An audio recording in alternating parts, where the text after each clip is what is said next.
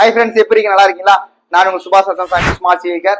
Last video என்ன பார்த்தோன்னு கேட்டீங்கன்னா, நானோசெல் எப்படி பண்றது, அது ரிசல்ட் என்னன்னு பார்த்தோம். இன்னைக்கு என்ன பார்க்க போறோம்னு கேட்டீங்கன்னா, டாப் கோட் எப்படி பண்றோம் அப்படின்றத பார்க்கலாம். 2 லேயர் பண்ண போறோம். 2 லேயருக்கு எவ்வளவு டைம் கொடுத்து பண்றோம் அப்படின்றத பார்க்க போறோம். வாங்க வீடியோக்குள்ள போலாம்.